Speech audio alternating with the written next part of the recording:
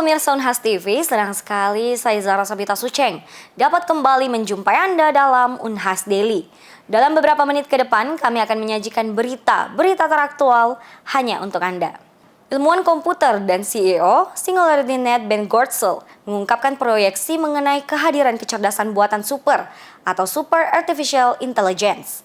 Menurutnya, kehadiran teknologi ini kemungkinan akan terjadi pada tahun 2027 atau bahkan lebih cepat dari perkiraan sebelumnya.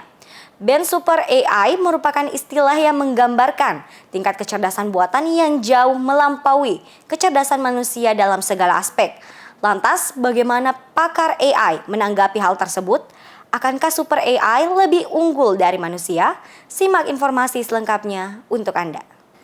Pakar mengindikasikan bahwa kehadiran kecerdasan buatan super atau yang dikenal sebagai Super AI mungkin akan terjadi pada tahun 2027 atau bahkan lebih cepat dari yang diperkirakan sebelumnya.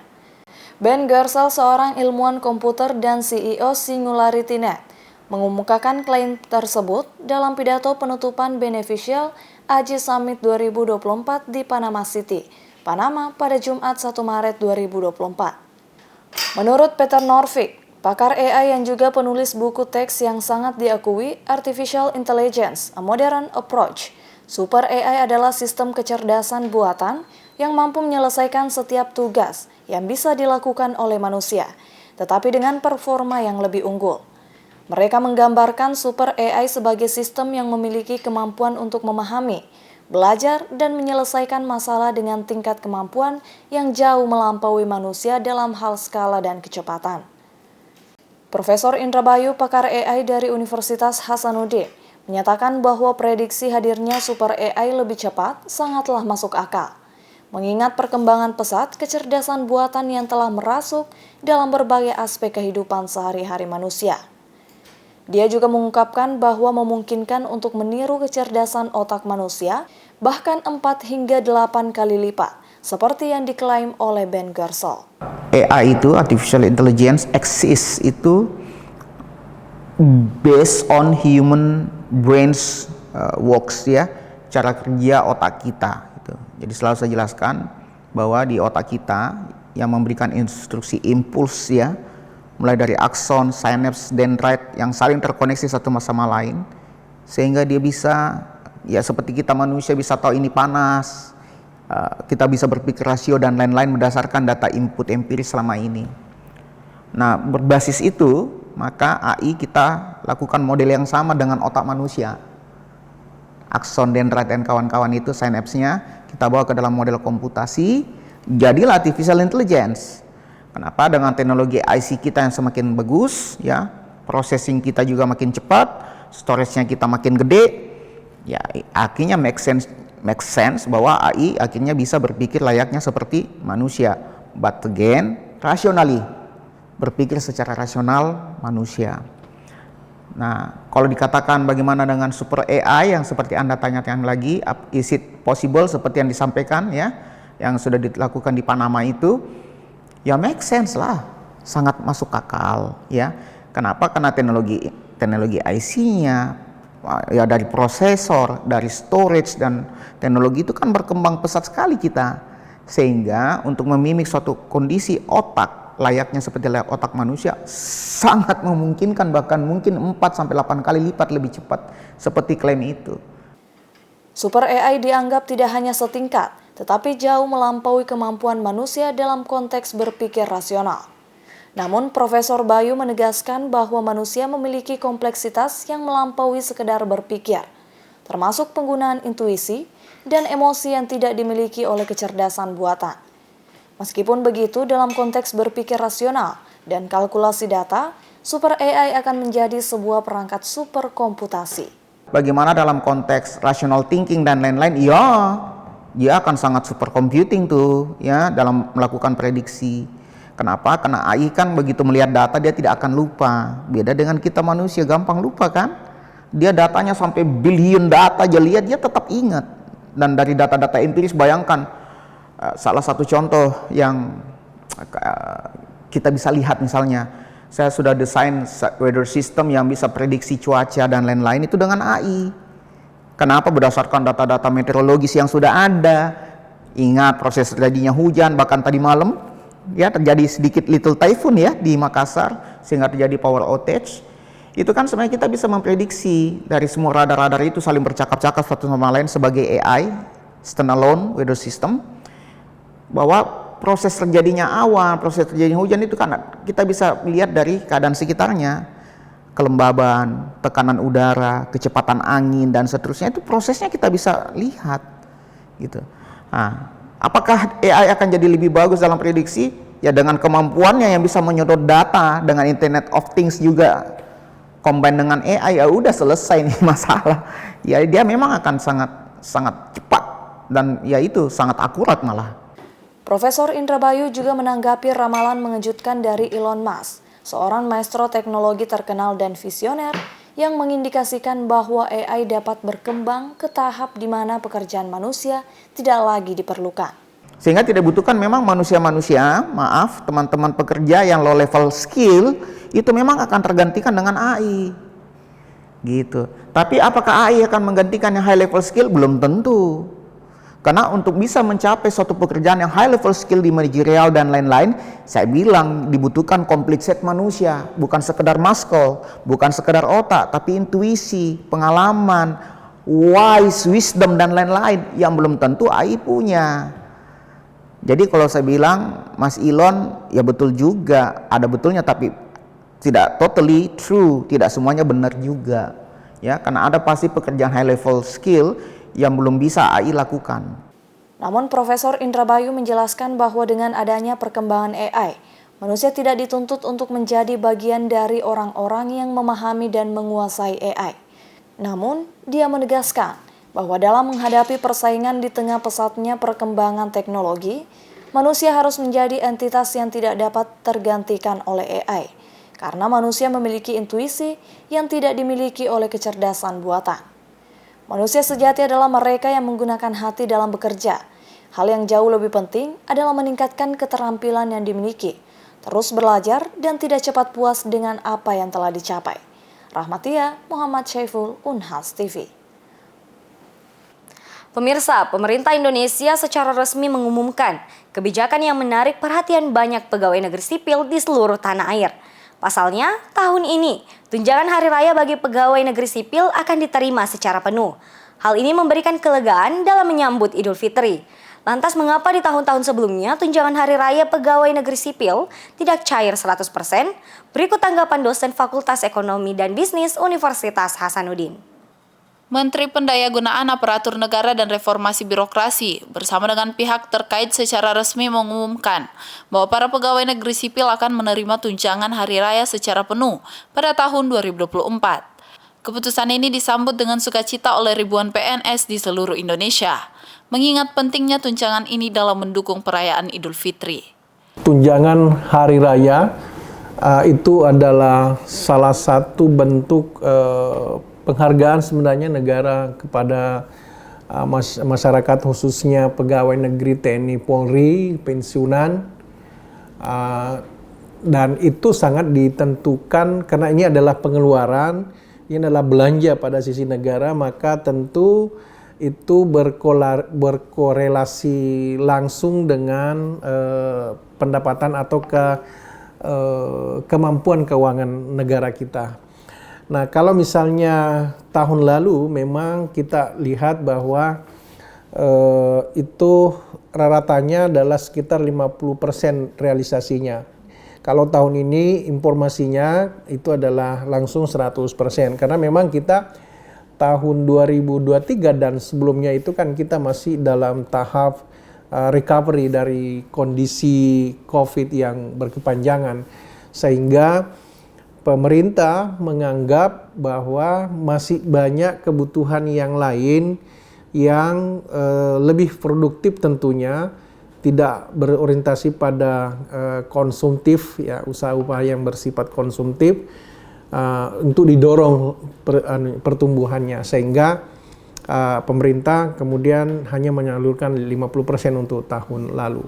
Nah, untuk tahun ini saya pikir kita mesti bersyukur, mudah-mudahan nanti tidak ada aral melintang, bahwa sesuai dengan janjinya insya Allah dalam waktu dekat ini akan direalisasikan sebesar 100%.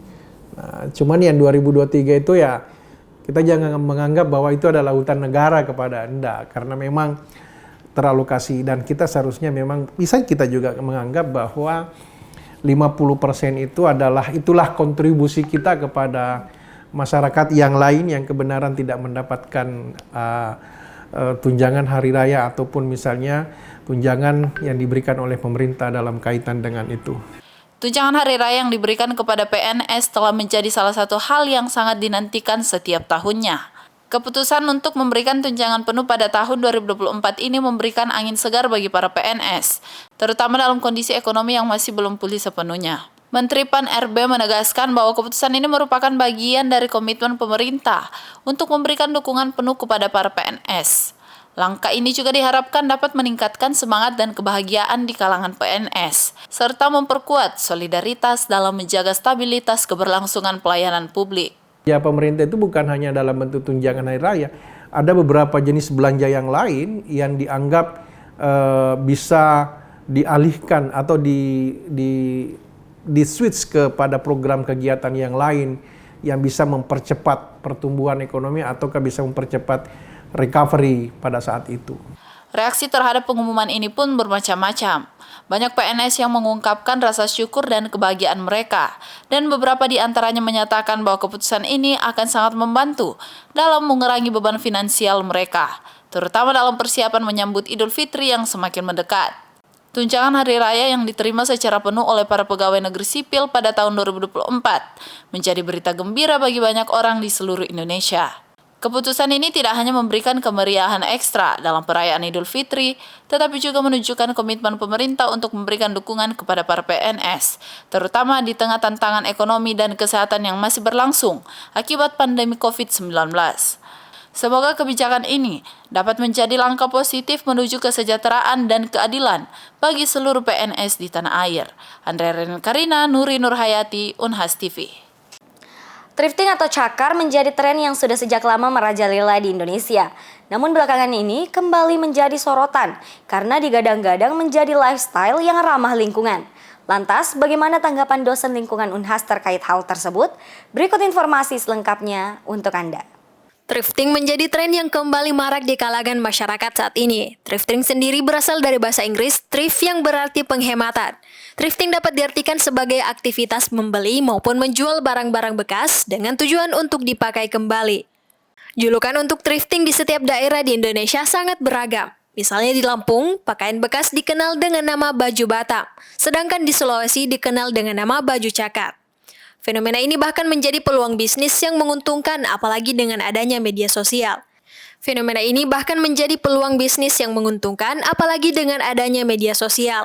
Akses untuk thrift shop menjadi sangat potensial dan digemari banyak kalangan. Selain bisa mendapat barang dengan harga yang jauh lebih murah, kualitas barang thrifting juga tidak perlu diragukan. Selain itu, dengan membeli barang thrifting, masyarakat juga turut mendukung agar umur suatu barang menjadi lebih panjang, atau dalam konsep penanggulangan sampah dikenal dengan istilah reuse atau menggunakan kembali. Terlebih jika melihat data yang ada saat ini, di mana produksi industri fashion menyumbangkan banyak dampak buruk terhadap lingkungan, di antaranya gas rumah kaca, emisi karbon, dan berbagai limbah lainnya. Sehingga konsep thrifting ini dianggap sebagai salah satu solusi dalam menanggulangi masalah limbah pakaian bekas, serta turut berkontribusi dalam menjaga lingkungan tempat tinggal kita dari mara bahaya.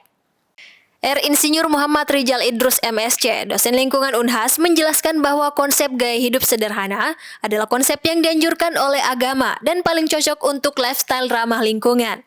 Ia menyampaikan bahwa sebagai manusia, kita harus sadar akan pentingnya menjaga bumi ini agar dapat diwariskan kepada anak cucu kita nanti, yakni dengan menggunakan secukupnya tanpa berlebihan. Nah, thrifting itu adalah salah satu upaya agar supaya memperpanjang life cycle. Jadi salah satu yang dilakukan orang sekarang itu kan adalah life cycle analysis. Berapa lama sih sebuah bahan kita pakai? Kalau bisa selama-lamanya kan. Kayak misalnya gelas keramik. Itu kan satu biji untuk seumur hidup kita itu sebenarnya cukup. Nah, pakaian juga ya kalau memang sudah tidak mau dipakai, usahakan bisa diserahkan sama orang lain bisa pakai. Sepanjang-panjangnya bisa dipakai. Nah, dulu ada fenomena cakar. Nah, itu ya cakar itu sebenarnya salah satu upaya yang bagus untuk memperpanjang life cycle pakaian. Terus biasa juga misalnya dari yang tadinya pakaian turun kelas menjadi lap, tapi kan tetap dipakai ya. Iya, jadi thrifting itu bagus dan mungkin dulu dianggap kelas rendah, namanya rombengan kan. Dulu ada pasar rombengan, pasar second hand. Jadi semua barang bekas dijual. Nah, sekarang kelihatannya sudah tersegmentasi, ada peralatan-peralatan bekas, kemudian ada penjual HP bekas, lantas ada pakaian bekas, sepatu-sepatu bekas. Saya kira itu sebuah fenomena yang bagus karena itu menunjukkan bahwa kita menghemat sumber daya, berusaha untuk memperpanjang life cycle dari suatu bahan sehingga mengurangi tekanan terhadap bumi ini sendiri. Dari sudut pandang lingkungan, sepanjang suatu bahan masih bisa dipakai, maka dipakai saja terus meskipun bekas, karena memperpanjang life cycle itu adalah upaya melestarikan lingkungan. Rizal juga tidak lupa untuk menghimbau kepada masyarakat yang memilih untuk thrifting agar tetap memperhatikan aspek kesehatan. Salah satunya dengan mencuci terlebih dahulu barang thrift yang dibeli sebelum digunakan. Bahkan menurutnya, alih-alih berujung pada tempat sampah, alangkah lebih baiknya ketika barang yang sudah tidak digunakan diberikan atau diwariskan kepada yang membutuhkan atau dialihfungsikan menjadi barang lain, misal lap. Husnaini Putri Intan, Andi Muhammad Syafrizal, Unhas TV. Baik pemirsa, berita tadi sekaligus menutup perjumpaan kita hari ini. Terus saksikan Unhas Daily hanya di Unhas TV. Saya Zara Sabita Sucheng beserta kru yang bertugas. Pamit undur diri dan sampai jumpa.